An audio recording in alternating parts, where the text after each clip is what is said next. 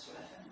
Donc vous voyez, même dans les pièces de théâtre, même si ce n'est pas un dieu, on va dire que ça c'est comme un deus ex machina, c'est-à-dire cet exemple, il arrive et quelques minutes après, Tartuffe il a disparu.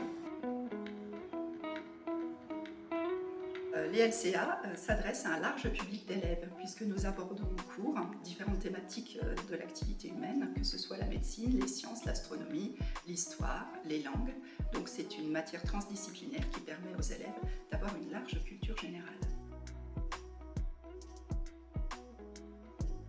Les LCA permettent une meilleure maîtrise de la langue française, puisque 80% de la langue française est issue du latin. C'est également une matière qui facilite l'apprentissage des langues vivantes européennes. Le latin et le grec permettent aussi d'avoir une plus grande culture générale, puisque notre civilisation est héritière de cette époque-là. Nous abordons les domaines artistiques, historiques, littéraires, sur lesquels les textes sont appuyés. Nos matières permettent aussi de développer les compétences orales et écrites des élèves. Alors les projets sont nombreux en classe de LCA puisque nous utilisons le numérique en général à la fin de chaque séquence où les élèves peuvent réaliser des podcasts, on les filme en train de faire des pièces de théâtre ou alors ils réalisent des interviews des dieux de l'Antiquité. Et puis en dehors de la classe, nous organisons tous les ans des ateliers pour les 6e pour faire la promotion du latin et du grec. Ça, les élèves, ça leur plaît énormément. Et nous participons aussi au prix littérature jeunesse antiquité, où il faut lire des BD ou des livres pour élire le meilleur ouvrage. Et nous organisons également des défis étymologiques au sein de l'établissement.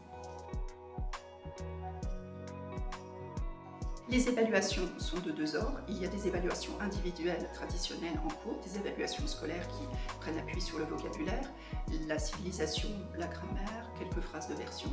Et puis, ils sont également évalués lors des travaux de groupe qu'ils doivent mener à l'aide du numérique, que ce soit des textes à écrire à partir de tableaux, des textes à écrire à partir des statuts lorsqu'ils les font parler, ou également des podcasts. Ce que j'ai aimé, particulièrement en seconde, c'est que les professeurs de latin ont réussi à rendre l'aspect passé du latin en aspect actuel. Par exemple, on a notamment beaucoup comparé les sociétés latines à la société actuelle et la politique, et c'était très intéressant de voir qu'en général, on refait les mêmes erreurs ou les mêmes améliorations. Latin, ça a beaucoup apporté au niveau des cours d'histoire. Quand on a fait des chapitres sur l'Antiquité, on avait beaucoup plus de connaissances que les autres et on a pu partager et approfondir certains points.